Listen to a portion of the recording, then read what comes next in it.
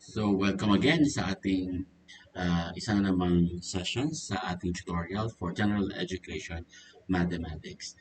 And for today's session, I prepared 5 items na previous board exam questions sa General Education Mathematics at malaki rin ang possibility na lumabas ulit sa future editions ng lecture examination for teachers. Pwede lumabas sa GenEd at pwede rin lumabas sa Math Major Sheet.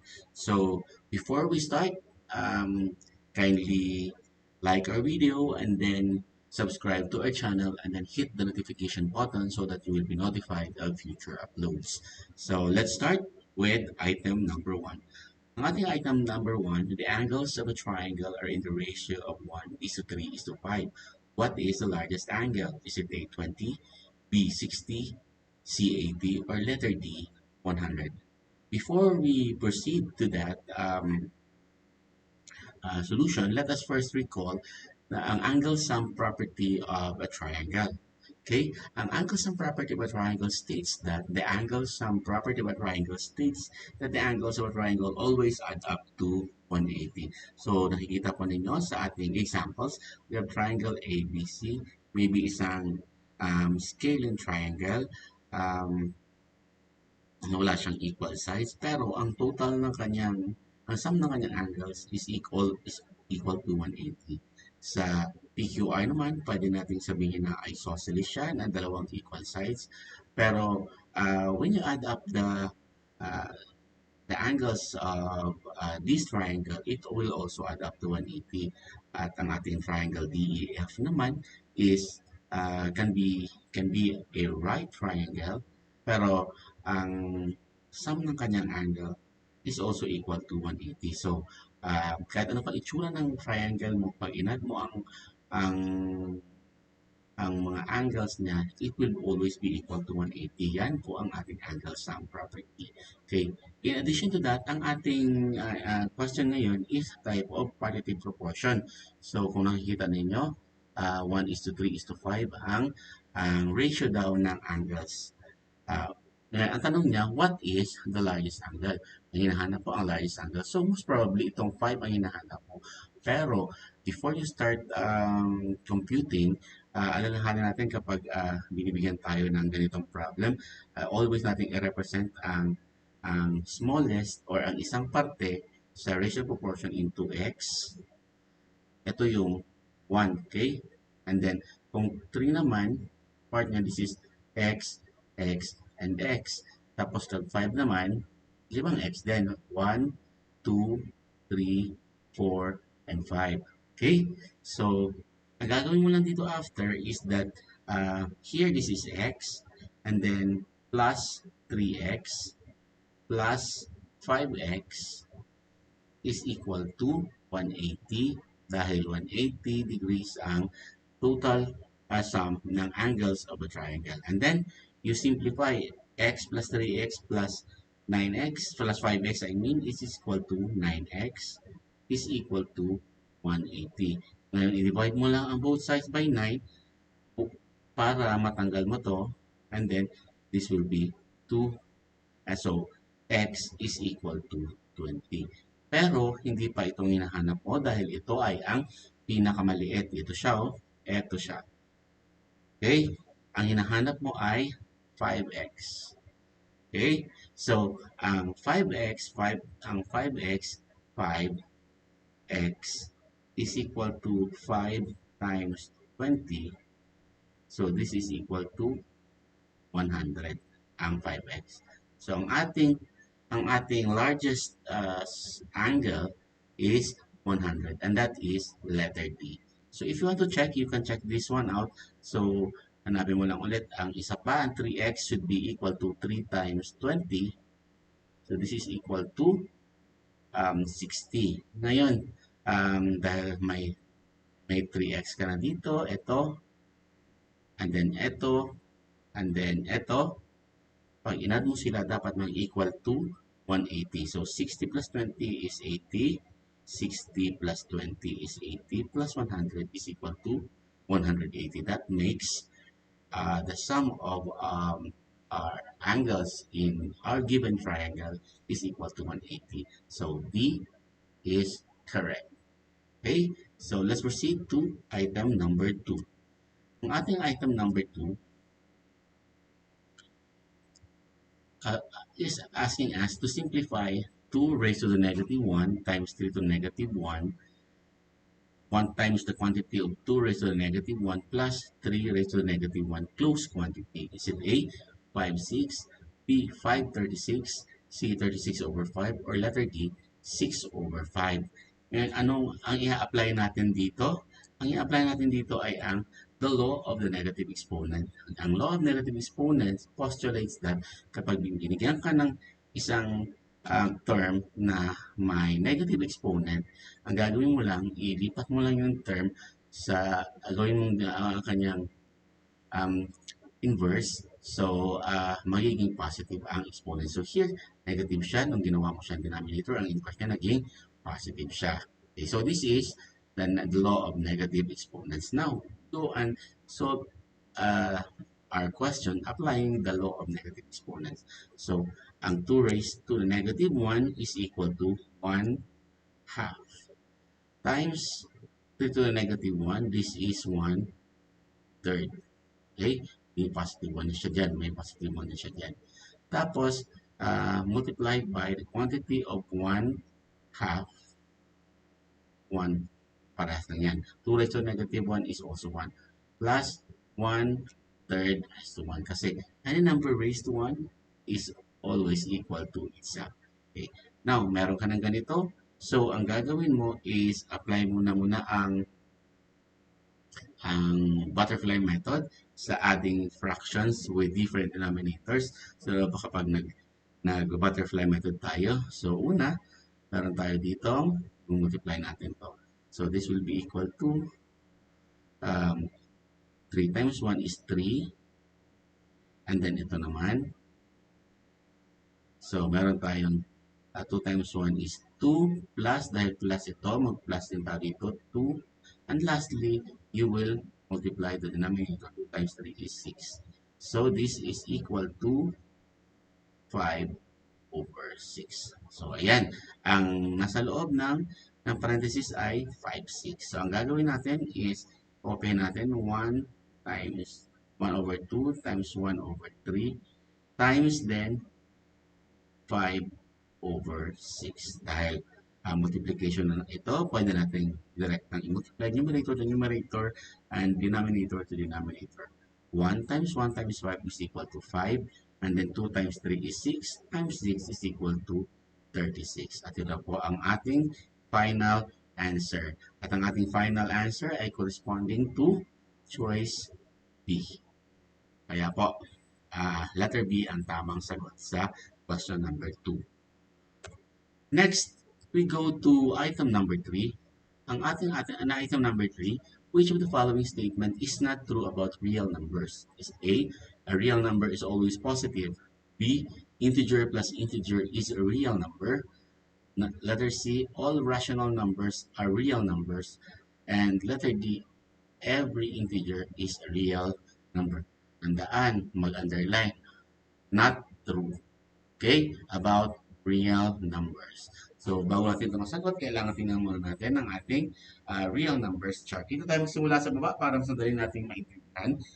Sa baba, meron tayo doon 0 tsaka natural numbers. So, meron tayo ditong number line. Number line. Ito yung ating number line. At nasa gitna ang 0, 1, 2, 3, 4, etc. So on. 1, 2, 3, 4. And so on to positive infinity. And meron sa kabilang side naman, 1, 2, 3, 4. This is negative 1, negative 2, negative 3, negative 4, up to negative infinity. This is negative infinity. Okay. Ang sabi natin doon, 0 plus natural numbers. Ang natural numbers, yun yung mga counting numbers. So, ito, 0. Meron tayong 0 plus ang natural numbers of counting numbers. Ano ba yung mga counting numbers? Ang mga counting numbers ay all positive numbers. So, 1, 2, 3, 4, and so on. These are natural numbers or counting numbers. So, kapag may 0 daw plus natural number, ito ay tinatawag na whole number. So, ang whole numbers ay nagsisimula sa 0 hanggang sa positive infinity. Okay? Tapos, kung meron ka ng whole number, kapag dinagdagan mo ito ng negative numbers, pag in-include mo to sa negative infinity, ang tawag dyan ay integers. Okay? So, integers ang tawag dyan. Tapos, ang integer, kapag dinagdagan mo ng non-integer rational numbers, ano ba ang non-integer rational? Ito yung 1/2, um, say 1/2, 1/4, or 5/4. Anything that can be expressed in a fraction are non-integer rational numbers. Kahit na yung mga repeating and non-terminating numbers such as 0.883 kasi this is equal to 1/3. Okay? So, ito yung, at kapag dinadagan mo siya yan, ito ay ating rational numbers. Ngayon, ang rational numbers, kapag dinagdagan mo ng irrational numbers, alam na natin ang rational numbers, anything that can be expressed in a fraction, kasi kasi kasama pati ng mga integers ay rational numbers. Ang irrational numbers naman, yun yung hindi pwedeng i-express as a fraction. So now, let's go to the choices. Sabi niya, a real number is always positive. Real number ito, dito, pero kasama dito ang negative number. So, this is not true. Check natin ang iba kung meron pa bang not true. Integer plus integer. Ito, integer, pag magdadagan ng integer, real number ba siya? Yes, it is correct kasi ito. Okay? Kapag tatakbo ko lang sa number line, kahit na negative pang i-add mo, real numbers pa rin siya. Letter C, all rational numbers are real numbers. Dahil nga nasa baba niya ang rational numbers na real numbers, ibig sabihin tama din ito.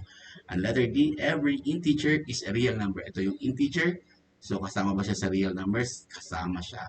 So, ano hinanap natin? Not true. So, therefore, ang tamang sagot dito ay letter A dahil ang real number can also be negative.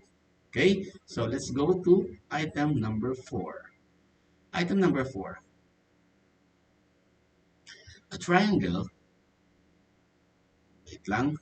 Oops. A triangle has a perimeter of 50. If two of its sides are equal and the third side is 5 more than the equal sides, what is the length of the third side? Is it A 5, B 10, C 15, or letter D 20? Okay, so before we start solving, let us recall ano muna ang mga properties ng uh, triangle na may two equal sides. So this is an isosceles triangle and dalawang equal sides. So dito, equal ang side A, this side A, and this side are equal. So dalawang A plus isang B. Okay? So, may sinasabi dito na the perimeter has the triangle has a perimeter of 50. So ibig sabihin, kapag inad mo tong tatlong sides na to, dalawang A at isang B is the perimeter. So we have here, perimeter of an isosceles triangle is 2A plus B. Okay? Pero ang sabi niya, ang B dito hindi pa sinasabi. Sinabi na yung dalawang A. Ang length niya, if two sides are equal, equal daw ang two sides. For ang third side is 5 more than the equals side. What is the length of the third side? Ang hinahanap ay length of the third side. So, what we'll do is that we will represent this into variables. So, dahil ang pinaka maliit na information, ang two sides.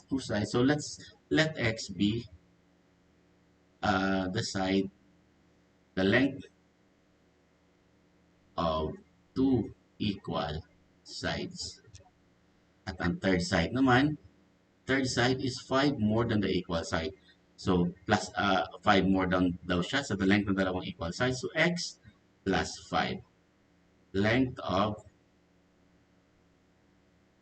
the third side. Dahil ang perimeter is equal to 50, kapag ibig sabihin kapag inad natin to, plus ito, makukuha natin ang perimeter. And ang perimeter, ang sabi dito, is equal to 50. So, x plus x plus x plus 5 is equal to 50. Or pwede na rin direktahin mo 2x plus x plus 5. So, dito, meron tayong isa, dalawa, tatlo, 3x plus 5 is equal to 50. Simplify natin. Minus 5. We will have here 3x is equal to 45.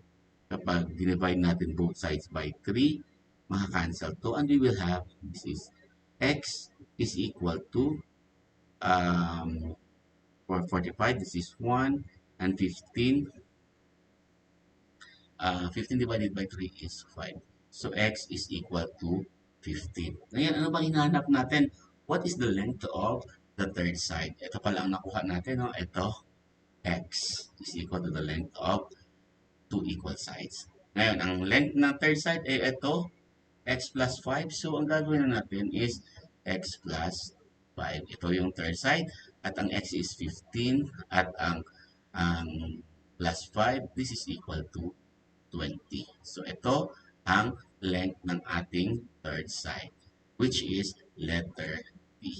And we can verify. Gagamitin natin ang we can verify or we can check. Gagamitin natin, sandali lang, magbubura muna tayo para maisulatan tayo ulit. So, ito na lang gagamitin natin. Ito na lang. Yan. To check if 20 is correct. So, ang x natin kanina, x natin is equal to 15. So, this is 15 plus 15 plus 15 plus 5 is equal to 50. So, 15 plus 15 is 30, plus 15 is 45, plus 5 is 50 is equal to 50. Therefore, tama ang ating sagot na 20. Ang length ng third side. Okay, so let's go to the last item. Our last item here is, okay, the length of a rectangle is 8 meters, more than twice its width. The perimeter is 112 meters. Find its area. Is it A, 16 meter, B, 24 meter, C, 28 meters squared, or letter D, 640 meters squared. So, dito wala makaka-eliminate tayo, or wag na lang, baka mamaya nakalimutan lang yung squared. Kasi alam natin na kapag area, in square meter yun. Pero, marami naman kasing typographical error, kaya hayaan muna natin yan. Mag-solve na lang muna tayo. Una, i-recall natin ang formula for the perimeter and the area of a rectangle. So, ang perimeter ng rectangle is simply 2L plus 2W at ang area naman is length times width. So, ano bang hinahanap natin dito? Ang hinahanap natin ay area. Find its area. Pero ano ba ang mga given? The length of the rectangle is 8 meters more than 8 meters more. Ito yung length. So, ito yung width. So, ibig sabihin, ang width is, ang width muna is, let's say, W. Lagay na natin W. Width, ito yung width. Pero ang length natin, ang length natin is equal to twice its width. O paano natin gagawin? 2W, 8 meters more. So, this is plus 8. Okay? So, the length is 2W plus 8. So, gamitan na natin ng formula ng perimeter. So, ano ba ang formula ng perimeter? So, P is equal to 2L plus 2W. Alam na natin ang perimeter. Ang perimeter is 112. So, we substitute here. Is equal to, ang length natin is 2W plus 8. Then, plus 2W. So, we simplify. 112 is equal to 2 times 2 is 4W. 2 times 8 is plus 16. Plus 2W. Combine like terms. So, here we have, so, this is 112 is equal to 6W plus 16. So, paano ba natin i-solve ito, i-simplify ito further? So, magma-minus tayo ng 16 on both sides. So, minus 16 din ito para mawala itong 16 na to. So, 112 minus 16 is equal to 96. Okay? So, this is 96 is equal to 6W. Okay, 96 divided by 6, this is simply equal to over 6 here, over 6, para matanggal ito. This is 1 and 6, and then 36 divided by 6, 16 is equal to W. Alam na natin ang W. So, alam na natin ang W is 16. Solve na rin natin ang length. Kasi ang length is equal to 2W plus 8. So, L is equal to 2 times 16 plus 8. This is L is equal to 2 times 16 is 32 plus 8. So, this is equal to 40. Ang length is equal to 40. Ngayon, ang hinahanap ay ang area. Ang area is equal to length times width. So, substitute na natin. A is equal to length natin na 40 times width natin na 16. So, 16 times 40, this is 0. 4 times 6 is 4. Carry 2. 4 times 1 is 4. We have here 640. At ang area, ang unit niya is meter squared. So, 640 meters squared, which is letter D. So, natapos na po natin ang ating limang items at hopefully meron kayong natutuhan sa ating discussion sa ngayong session. At kung medyo may hindi pa po malinaw para sa inyo, you can ask questions by typing it sa ating comment box. And I promise to get back to you as soon as I can.